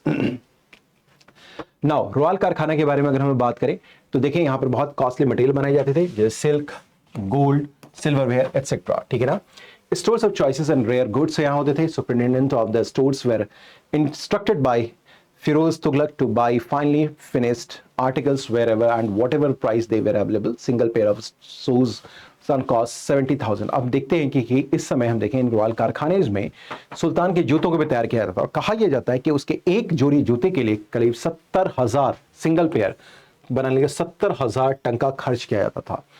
70,000, यू कैन इमेजिन ये कितनी कॉस्टली हुआ करते थे। Almost every sultan had a harem containing queens and large number of slaves from various countries. ठीक है ना, यहाँ पर जो है हम देखेंगे कि उनके जो पर्सनल हरम्स होते थे वहाँ बड़ी संख्या में क्वींस यानी कि कन्याएं भी होती, मतलब उनकी रानियाँ होती थी, और स्लेव्स भी होते थे।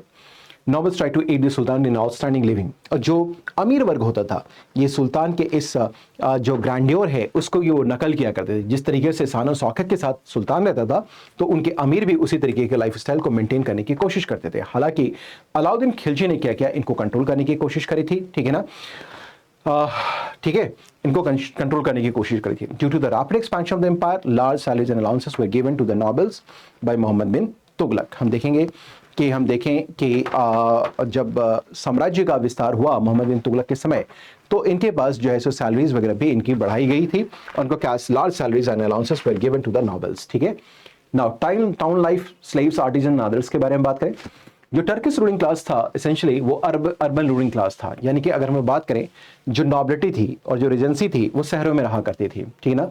और कई शहर जो है मिलिट्री गैरिशंस के रूप में डेवलप हो गए थे, ठीक है, जैसे कि cantonment area kind of you can से, ठीक है ना।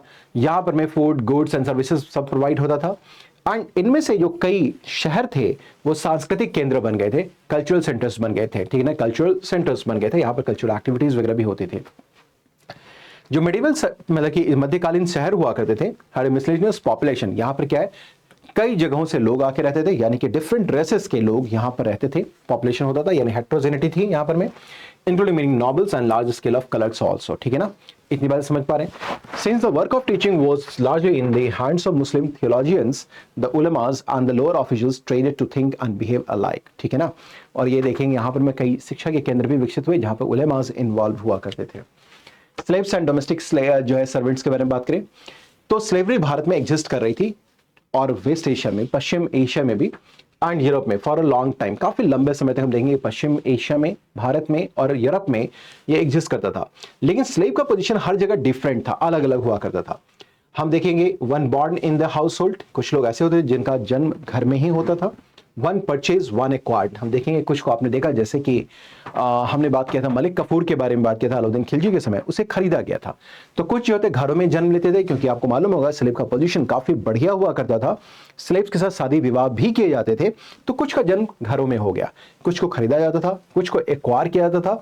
और one inherited is discussed in the Hindu shastras also, और कुछ को इनहेरिट किया गया था, जैसे कि हिंदू शास्त्रों में लिखा गया, जैसे मान लीजिए जमीन गई तो जमीन पर रहने वाले दास भी उनके साथ इनहेरिट जो है सो ट्रांसफर हो जाते थे। किसी के पास इनहेरिटेंस में कभी जमीन गई तो उस पे ऊपर काम करने वाले दास भी उनके साथ शिफ्ट हो जाते थे। तो हम देखेंगे दासों के कई कैटेगरी थी यहाँ पर में, एक का जन्म जिसका हाउस होल्ड में हुआ, कुछ को खरीदा जाता था, कुछ को एक्वायर किया जाता था, और कुछ को इनहेरिट किया जाता था, ठीक है ना। So slavery had been adopted by the Arabs and later by the Turks also, ठीक है ना। हम देखेंगे जो दास व्यवस्था थी इसे शुरुआत में अरबों ने भी स्वीकार किया और आगे चल के टर्क्स ने भी किया। Most usual method of acquiring slave was capture in war, और जनरली क्या होता था कि जो स्लेव्स होते थे वो होते थे जिन्हें युद्ध बंदी के रूप में प्राप्त किया जाता था।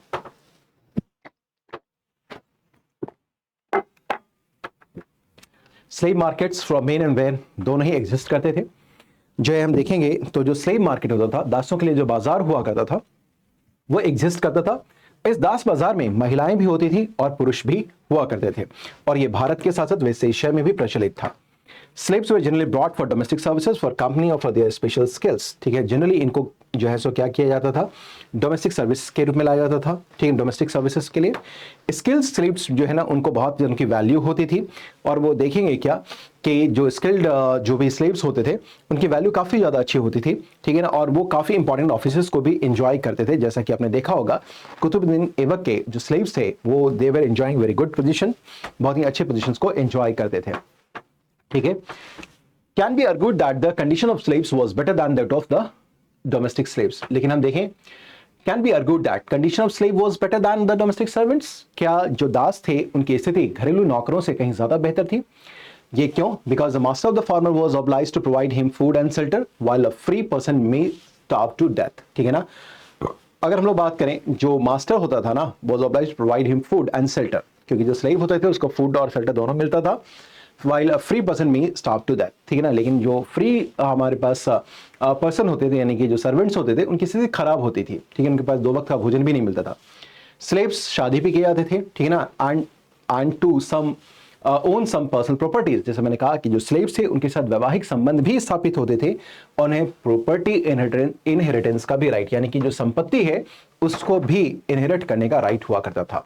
So giving a slave his her or liberty was considered a meritorious act both among the Hindus and the Muslims. अब देखेंगे कि अगर आप में से कोई भी स्लेव, अगर आपका कोई स्लेव है चाहे वो हिंदू हो या मुसलमान हो, अगर वो मेरिटोरियस होता था तो उसके मेरिट को रिकॉग्नाइज करते हुए, एक्नॉलेज करते हुए उसको फ्री भी कर दिया जाता था। In general food grains were cheap for the townsfolk during the सल्तनत पीरियड। अब हम देखिए इकोनॉमी में ही बात करें तो फूड ग्रेन्स जो होते थे क्या होते थे, वो सस्ते होते थे। Prices rose sharply under the Mohammad bin Tughlaq but decline almost to Alauddin level under the Firoz Tughlaq. हम देखेंगे क्या कि अलाउद्दीन खिलजी ने प्राइस मार्केट का रेगुलेट करने की कोशिश करी तो प्राइसेस कंट्रोल होते थे, लेकिन मोहम्मद बिन तुगलक के समय ये प्राइसेस बढ़ा, ठीक है, लेकिन फिर फिरोज शाह तुगलक के समय आकर के ये देखेंगे कि उसी लेवल पे मेंटेन हो गया जो कि अलाउद्दीन खिलजी ने मेंटेन करा था। It is possible that this was due to the extension of cultivation during his reign. Difficult to compute the cost of living in town. Firoz Shah's reign, a family considering a man, his wife, a servant and one of the 2 children could live on 5 टंकास for a whole month, ठीक है ना। Generally क्या है, cost of living को compute करना बड़ा ही difficult काम था, लेकिन फिर भी फिरोज शाह तुगलक के समय देखेंगे कि जैसे मियाँ बीबी और उनके 2 बच्चे को कंसिडर करें तो उनके लिए 5 टंका पूरे महीने के लिए आवश्यक होता था, ऐसा माना गया, 5 टंकास। अलाउद्दीन खिलजी का जो रेन था ना, उसमें हम देखें wages of an artisan amounted 2 to 3 जीतल्स पर डे। और अलाउद्दीन खिलजी के समय देखेंगे कि जो भी शिल्पकार होते थे उनके प्रतिदिन के लिए 2 से 3 जीतल मिलता था और 1.5 से 2 टंकास पर मंथ मिलता था। यानी कि जीतल एक छोटा डिनोमिनेशन है जहां पर प्रत्येक दिन के लिए सर्वाइवल के लिए जो क्राफ्ट्समैन थे, शिल्पकार थे, उन्हें 2 से 3 जीतल मिलता था और पूरे महीने के लिए अगर हम लोग बात करें तो 1.5 से 2 जो है टंकास में उनका काम हो जाता था। ये सस्ता क्यों? इसका रीजन ये था कि market was well regulated. Even Akbar के समय हम लोग बात करें मुगल पीरियड में तो अनस्किल्ड लेबरर्स के पास प्रत्येक महीने हम 2.5 से 3 रुपए उनकी आमदनी को निर्धारित किया गया, ठीक है ना। इस तरीके से हम देखते क्या है कि ये तो एक बात हुई सर्वाइवल के लिए क्या कॉस्ट होगा, लेकिन दूसरी तरफ एक बात और भी हम देखने की कोशिश करते हैं कि जो मेडिवल टाउन्स थे, जो सोसाइटी था, उस समय हमारे पास समाज में असमानता बहुत ज्यादा थी, सोशल इनइक्वालिटी बहुत ज्यादा था, ग्रेट इनइक्वालिटीज यहाँ पे एग्जिस्ट करने को हमें देखने को मिलता है। अब भाई कुछ डिफरेंट सोशल एलिमेंट्स के बारे में बात करें, like caste, social manners and customs के बारे में, तो देखेंगे कि हार्डली कोई चेंज किया गया। जो हिंदू सोसाइटी जैसे थी एंशिएंट पीरियड में, वैसे यहाँ पर हमारे पास देखने को मिलता है, ठीक है ना। बात समझ पा रहे हैं? हम देखेंगे कि स्मृति में लिखा गया है कि इसमें ब्राह्मणों की स्थिति अभी भी सर्वोपरि बनी हुई थी। अब देखें कि जो महिलाओं की स्थिति थी, इनकी स्थिति में बहुत कम बदलाव किया गया। हम देखेंगे हिंदू सोसाइटी के अंदर बहुत लिटिल चेंज किया गया, little change in the position of women in the Hindu society, ठीक है ना। अर्ली मैरिज होता ही था, यानी कि बाल विवाह होते थे, ठीक है ना। हम ये देखते हैं कि किसी भी परिस्थिति में पतिव्रता नारी की ही जो है सो क्या की थी, मतलब कि इज्जत थी, रिस्पेक्ट था उनके लिए, यानी किसी भी स्थिति में उनका जो सबसे परम कर्तव्य माना जाता था वो था अपने पति की सेवा करना, ठीक है। तो wife's obligation to service for husbands. Annulment of the marriage was allowed in special circumstances such as desertion, loathsome, disease, etc. हम देखेंगे कि आपने एक बार वैवाहिक संबंध स्थापित कर लिया तो इसे तोड़ना आसान काम नहीं होता था। विवाह विच्छेद के लिए अगर बात करें, अगर हम देखें जो मतलब जो एनलमेंट ऑफ द मैरिज है वो स्पेशल कंडीशंस में ही ग्रांटेड होते थे। यदि आपका पति बीमार हो, अक्षम हो आदि, ये कुछ परिस्थितियां थी, या आपको आपके पति ने छोड़ दिया, यानी कि आप परित्यक्ता हैं, डिजर्टेड हैं, देन ओनली आप जो इस मैरिज के रिलेशन से बाहर आ सकते थे, ठीक है। हम देखेंगे कि जो विडो रिमैरेज था वो कली एज में हम बात करें तो वो प्रोहिबिटेड था। Regarding the practice of sati, some writers approve it empathetically while others allow it with some conditions, ठीक है ना। और सती प्रथा भी मोर और लेस यहाँ पर चल ही रही थी, ये बात हम लोगों ने यहाँ पे बात करी। इब्न बतूता ने मेंशन किया है, with horror the scene of woman burning herself in the funeral pyre of her husband with great beating of drums. According to him, permission from the sultan had to be taken from the performance of sati. हम देखें Ibn Battuta ने सती के बारे में भी लिखा है, लेकिन जो सती अगर होता था ना तो उसको सुल्तान से पहले जो है परमिशन लेना पड़ता था। सो सती प्रथा वाज देयर, ठीक है ना, सती सिस्टम वाज देयर, ये इब्न बतूता ने लिखा है। लेकिन कोई अगर सती अगर होना चाह रही है तो उसके लिए पहले सुल्तान की आज्ञा लेनी होती थी। रिगार्डिंग प्रॉपर्टी बात करें तो देखेंगे जो कमेंटेटर्स हैं, uphold the widow's right to be the property of जो है सनलेस हस्बैंड, ठीक है ना, sonless husband. Commentators uphold the widow's right to the property, ठीक है ना। अगर किसी के पास अगर उनका बेटा अगर नहीं है तो वैसे विधवा को अपने पति की संपत्ति का अधिकार होता था, provided the property was not joint, that is had been divided. Purdah system was also there, ठीक है ना। तो हम देखेंगे क्या, so practice of keeping women in seclusion, purdah प्रथा को यहाँ पर प्रमोट किया गया, हम देखेंगे, ठीक है। अब देखें, लेकिन यहाँ भी 2 बातें हैं पर्दा प्रथा में देखेंगे। जो अपर कास्ट की विमेन थी वो पर्दा में होती थी, लेकिन लोअर कास्ट की जो विमेन थी they were not into the purdahs because वो एग्रीकल्चर एक्टिविटी में इन्वॉल्व थी। आज भी आप गाँव वगैरह में देखेंगे तो जो अपर कास्ट की विमेन होती हैं वो घरों में रहती हैं, लोअर कास्ट की विमेन एग्रीकल्चर में इन्वॉल्व रहती हैं, एनिमल हस्बैंड्री में रहती हैं, पशुओं को देखती हैं, चराती हैं, खेत ले जाती हैं, काम करती हैं। तो उनका वेल रहना जो है सो आप देखेंगे इनके लिए मुश्किल हुआ करता था। So purdah system was there, but there was again some kind of आप देखेंगे कि डिवीजन हुआ करता था। अपर विमेन पर्दा सिस्टम में थी, बट लोअर कास्ट की विमेन नहीं हुआ करती थी, ठीक है ना। ये बातें हम लोगों ने कर दिया।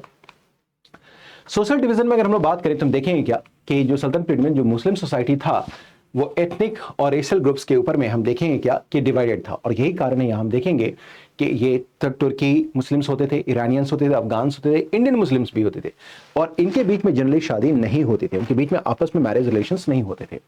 हिंदू और मुस्लिम जो upper classes did not have much social intercourse between them, ठीक है ना। जो हिंदू और मुस्लिम अपर क्लास है उनके बीच में भी सोशल इंटरेक्शन बहुत ही कम होता था ड्यू टू देम। सल्तनत पीरियड में देखेंगे इसकी वजह से हिंदू सोसाइटी रिमेन डिवाइडेड जो एथनिक एंड रेशियल ग्रुप्स, ठीक है ना। सुपरिटी कॉम्प्लेक्स डेवलप हुआ यहाँ पर में। Religious restrictions on the part of the Hindus of intermarriage and inter dining with them, ठीक है ना। और हम देखेंगे क्या कि यहाँ पर हम देखेंगे कि रिलीजियस रिस्ट्रिक्शंस थे एक दूसरे के साथ मिलने जुलने के ऊपर में, इंटर डाइनिंग भी नहीं होती थी, एक साथ बैठ के खान पान भी नहीं हुआ करता था। But at various times Hindu soldiers were enrolled in Muslim armies, ठीक है ना।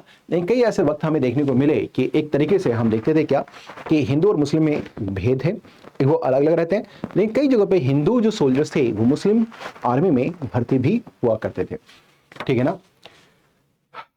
हो गया इतनी बातें। Now nature of the state के बारे में बात करें तो जो दिल्ली सल्तनत का जो स्टेट था, टर्किश स्टेट इन इंडिया, वो मिलिट्री था और एरिस्टोक्रेटिक इन नेचर था।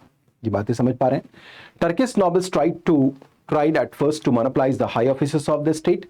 शुरुआती दौर में आपने देखा कि खलजीज रेवोल्यूशन से पहले जो टर्किश रेशियल सुप्रीमेसी थी वो काम कर रही थी, ठीक है ना।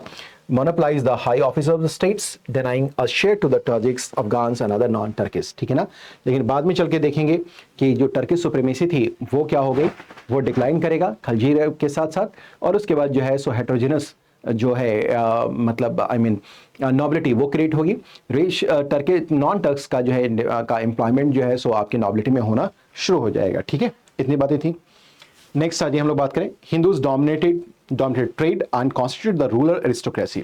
दूसरी तरफ हम देखेंगे जो हिंदू लोग हुआ करते थे उस समय के व्यापार को डोमिनेट करते थे, और ग्रामीण जो संभ्रांत लोग होते थे, एलीट होते थे, जो अपर क्लास होता था, उसमें उनकी भूमिका बहुत महत्वपूर्ण होती थी। दिल्ली सल्तनत though there was frequent fights between these two sections, Hindu और मुस्लिम्स के बीच में, ठीक है ना। Often given religious colour, the basic cause for the struggle between them were secular, such as fight for power, land and share of the surplus produced by the land. हम देखेंगे हिंदू और मुसलमानों के बीच में कई जो है सो कॉन्फ्लिक्ट हुए हैं सल्तनत पीरियड में, लेकिन ये रिलीजियस से ज़्यादा लौकिक कारणों की वजह से हुआ है, जिसमें कि हम देखेंगे कि शक्ति के लिए युद्ध करना, हम देखेंगे सरप्लस को जो है सो एग्जैक्ट करना, ये कारण थे। हालांकि इसे कुछ इतिहासकारों ने धार्मिक रंग, सांप्रदायिक रंग देने की कोशिश करी है, लेकिन इसका जो वास्तविक कारण अगर हम देखेंगे तो देखेंगे अर्थशास्त्र में छिपा हुआ है, जहां लोग जो है सो जमीन के लिए, सरप्लस के लिए, लैंड के लिए लड़ाई कर रहे हैं, और देन फिर पॉलिटिकल रीजन से भी करेंगे जब वो पावर के लिए कॉन्फ्लिक्ट करते हैं। State was Islamic in nature, ठीक है ना, क्योंकि आप जानते हैं यहाँ जो स्टेट था वो क्या हो रहा है, कैलिफ से अपना मैनिमेशंस ले रहा था, यानी कि जो सुल्तान था। दूसरा, मोस्ट ऑफ द टाइम्स हम देखेंगे उलेमास की सेइंग होती थी, सरिया के अकॉर्डिंग जो है स्टेट का रूल चल रहा होता था, मतलब कि एडमिनिस्ट्रेशन चल रहा था, ठीक है। ये बातें हम लोग समझ पा रहे हैं। तो ये सारी बातें देखेंगे मोस्ट ऑफ द टाइम्स में हम देखेंगे कि जो है ये जो है एक तरीके से इस्लामिक स्टेट की तरीके से काम किया। हालांकि कुछ सुल्तान ऐसे होंगे जिस समय हम देखेंगे कि जैसे कि खलजी डायनेस्टी के वक्त जिस समय राज्य को, प्रशासन को धर्म से अलग किया गया, लेकिन मोस्ट ऑफ द टाइम्स हम देखेंगे कि ये जो है एक इस्लामिक स्टेट के रूप में ही ये काम करता रहा, ठीक है ना। अब हम बात करें during the rain of Iltutmish, ठीक है ना। A part of Muslim divines approached the Sultan and asked him to enforce the Muslim law strictly, ठीक है। ये बातें हमने देखा कि इल्तुतमिश ने देखा है कि इस समय में हम देखेंगे क्या इल्तुतमिश के समय मुस्लिम कानून को बहुत ही मतलब इफेक्टिवली जो है सो यहाँ पर इम्प्लीमेंट किया गया। जो थियोलॉजियंस होते थे, his very told the theologian that this was impractical and impolite sin, the Muslim were so little as salt in a dish of food, ठीक है ना। ये करने की कोशिश की गई, लेकिन उस समय के जो वजीर हैं इल्तुतमिश के, उसने बात को ये कहा कि बड़ा मुश्किल का काम है कि इसे दारुल इस्लाम बनाया जा सके, इस्लामिक स्टेट के रूप में कन्वर्ट किया जा सके, क्योंकि हम लोग एक थाली में चुटकी भर नमक के बराबर हैं, यानी कि मुस्लिम्स लोग बहुत कम इन संख्या हैं। From the time of Arab invasion of Sindh जजिया इम्पोज किया जाने लगा, ठीक है ना, जजिया, ठीक है। उसके अलावा Hindu subjects had been given the status of जिमीज, यानी protected people on the basis of giving जजिया, आपको याद होगा ये मैंने डिस्कस किया हुआ पहले भी। Those who accepted the Muslim rule and agree to pay tax called jizya, ठीक है, वे लोग जिमी कहे जाने लगे जो नॉन मुस्लिम्स हैं, जो जजिया अदा कर रहे हैं, जो जजिया अदा कर रहे हैं और मुस्लिम रूल को एक्सेप्ट कर रहे हैं, दे आर कॉल्ड जिमीज, यानी कि ये नॉन मुस्लिम लोग हैं जो कि जजिया अदा कर रहे हैं। This was really tax in lieu of military service, ठीक है, इतनी बातें हो गई। नाउ जजिया was collected along with the land revenue, ये भी हमने पहले बात किया था कि जजिया जो है पहले भूमि राजस्व के साथ जो है सो इकट्ठा किया जाता था, कलेक्ट किया जाता था, ठीक है ना, बात समझ पा रहे हैं। लेकिन बाद में इसे जजिया को जो है सो लैंड रेवेन्यू से अलग कर दिया गया। इसके पीछे का कारण ये था कि डिफिकल्ट टू डिस्टिंग्विश जजिया from the land revenue since all the cultivators were Hindus, ठीक है ना। तो हम देखेंगे जजिया को लैंड रेवेन्यू से अलग कर पाना बड़ा कठिन होता था, क्योंकि जो अधिकांश या कहें ऑलमोस्ट ऑल जो कल्टिवेटर्स थे यानी जो किसान थे वो कौन थे, हिंदूज थे, ठीक है ना। तो कौन जजिया अदा कर रहा है, कौन जजिया अदा नहीं कर रहा है, ये बड़ा मुश्किल था, क्योंकि लैंड रेवेन्यू के साथ ही जजिया जा रहा था, ठीक है ना। तो हम जमीन तभी कहेंगे जब अलग से आप जजिया अदा करेंगे। लैंड रेवेन्यू तो आपको पे करना ही करना है, उसके अलावा आपको प्रोटेक्शन टैक्स के रूप में जजिया भी देना है।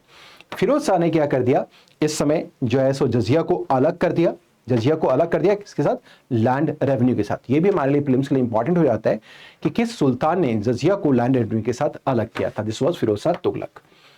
एंड उन्होंने ब्राह्मणों के ऊपर भी जजिया को इंपोज कर दिया। पहले ब्राह्मणास को एग्जेम्प्ट रखा गया था, they are not suppose to pay जजिया, but it was a Firoz Shah Tughlaq जिसने ब्राह्मणों को भी क्या कर दिया, जजिया देने के लिए बाध्य कर दिया। अब ये थोड़ी सी बात करें रिलीजियस फ्रीडम के बारे में अंडर द सल्तनत पीरियड। हम देखें in the early phase of the conquest many cities were sacked, temples were being special targets. हम देखें कि शुरुआती दौर में देखेंगे कई मंदिरों को लूटा गया। लूटने के पीछे का कारण आप समझते हैं कि हमारे के जो मंदिर थे वो काफी धनी होते थे, काफी प्रॉस्पेरस होते थे, ठीक है ना। दूसरा, ये जो है जो मंदिर होते थे वो हम देखेंगे कि जो है हिंदुओं के, मतलब अगर हम लोग बात करें तो उनका क्या होता था, उनका वो रिलीजियस आइडेंटिटी होता था। इसका मतलब अगर आपको अगर इस्लाम में या कोई भी इस्लामिक स्टेट ने या सुल्तान ने इसे क्या क्या कनकर इन्वेड किया है, ठीक है ना, इसका कॉन्क्वेस्ट किया है, तो इसको हम देखेंगे एक तरीके से इस्लाम को बढ़ावा दे, इस आधार पे हम देखेंगे इसको जस्टिफाई किया गया, justify the conquest to seize the fabulous treasure why they were supposed to be the to contain. ये दूसरी बात हमने बता दिया कि एक तो जस्टिफाई किया गया कॉन्क्वेस्ट को on the basis of religion, दूसरा फैबुलस वेल्थ इनके पास हुआ करते थे, पैसा बहुत ज्यादा होता था। During this period number of Hindu temples were converted into the mosque, और इसमें देखेंगे कि कई जो इस समय जो मंदिर थे उनको कन्वर्ट कर दिया गया मस्जिदों के अंतर्गत, ठीक है, जिसमें एक विष्णु टेम्पल हमारा कुव्वत इस्लाम मॉस्क में कन्वर्ट कर दिया गया, कुतुब मीनार दिल्ली के करीब।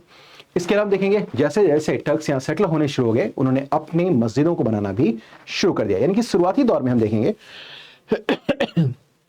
कि मंदिरों को कन्वर्ट किया गया मस्जिद में, लेकिन जैसे जैसे टर्किश स्टैब्लिशमेंट यहाँ कॉन्सोलिडेट होता चला गया तो यहाँ पर मॉस्क भी बनने शुरू हो गए। Their policy towards temples and palaces of places of worship of the Hindus and etcetera rested on the Muslim law, ठीक है ना। देखिए जो पॉलिसी टुवर्ड्स टेम्पल्स था and places of worship of Hindus थे ना और जैन्स के, वो सरिया के अकॉर्डिंगली ट्रीट किए जाते थे इस्लामिक स्टेट के द्वारा, ठीक है ना, जिसमें देखेंगे which forbid new place of worship being built in opposition of Islam. इसका मतलब ये हो गया कि इस्लाम में कहा गया कि अदर देन योर मॉस्क, यानी कि जहां आपकी इबादत की जगह है उसके अलावा कोई दूसरी इबादत की जगह हो नहीं सकती है। तो मस्जिद और मंदिर में फर्क है।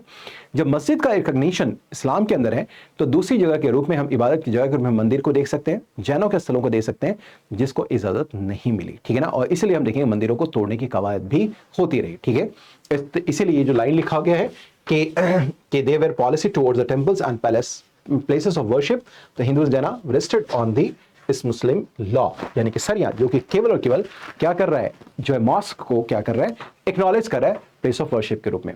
Built it but it allowed the repair of old temples since buildings can not last for ever, ठीक है ना। लेकिन हम देखेंगे कुछ पुराने मंदिरों को हम देखते हैं रिपेयर करने की इजाजत भी मिली, ठीक है ना, जो कि काफी लंबे तक जो है since buildings can not last for ever. There were no ban on erecting temples in the villages. लेकिन गांव में हम देखेंगे कंट्री साइड के अंदर, ये शहरों की बात है, गांव में मंदिर बनते रहे since there were no practice of Islam there, क्योंकि वहां पर इस्लाम अभी तक गया नहीं है, ठीक है ना। So temples could also be build within the privacy of homes. और देखेंगे घरों में भी मंदिरों को बनाए जाने की कवायद थी और इसकी स्वतंत्रता वहां पर उपलब्ध थी। आज भी देखेंगे कई घरों में आपके पास गोसाई स्थान होता है, आपके पास अपने कुल देवी होती हैं, आपके घरों में मंदिर होता है। ये इजाजत उस समय भी कंट्री साइड में आपको देखने को मिलता है। But the policy of limited tolerance was not follow in times of war. लेकिन हम देखेंगे ये जो सीमित अर्थों में जो आपका जो पॉलिसी ऑफ टॉलरेंस था, सहिष्णुता की नीति सीमित अर्थों में जो भी थी, नॉन वॉर टाइम्स में उसको भी भुला दिया जाता था। According to Barney, Jalaluddin Khilji observed that even in the capital and provincial centers, idols were publicly worshipped and the texts of the Hindus publicly preached। ठीक है ना। हम देखेंगे नॉर्मल टाइम्स में होता क्या है, बर्नी ने लिखा है जलालुद्दीन खिलजी के समय कि जो आइडल यानी कि जो आप देखें मूर्ति को लेकर जो प्रोसेशंस वगैरह होते हैं वो निकलता रहे। जैसे सरस्वती पूजा हुआ, दुर्गा पूजा होता है, तो देखेंगे प्रोसेशंस निकलते रहते हैं, तो वैसा निकलता रहता था। इसमें हिंदू जो आपके पास टेक्स्ट होते थे, ठीक है ना, उनका यूज किया था प्रीचिंग्स के लिए। अभी भी आप देखें जैसे कि हनुमान चालीसा का पाठ होना, सुंदरकांड का पाठ होना, रामायण होना, आप देखें माइक के थ्रू इन सब की प्रीचिंग होती रहती है, रामायण का पाठ किया जाना etcetera. Hindu pass beneath the wall of the royal palace in processions, singing, dancing and beating drums to immense the idols in the Yamuna and I'm helpless। कैसा बर्नी लिखता है कि जलालुद्दीन खिलजी के समय में उसके पैलेस के नीचे से जो मूर्ति का प्रोसेशंस निकलता, आइडल्स निकलता था, and he was helpless. Prisoners of wars were converted और criminal exempted from punishment if they accepted Islam. दूसरा हम देखेंगे क्या कि इस समय धार्मिक स्वतंत्रता के ऊपर बात करें तो देखेंगे जो प्रिजनर्स ऑफ वॉर होते थे जनरली उनको इस्लाम में कन्वर्ट होने के लिए फोर्स किया जाता था। ठीक है ना। तो यानी कि लिमिटेड सेंस में हम देखेंगे यहाँ पर आज़ादी थी, लेकिन धार्मिक तरीके से ये लोग पूरी तरह से सहिष्णु नहीं थे। Convergence were thus due to the personal, political and in some cases regional factors होता था। फिरोज executed ब्राह्मण on a charge of abusing the prophet of Islam। ठीक है ना।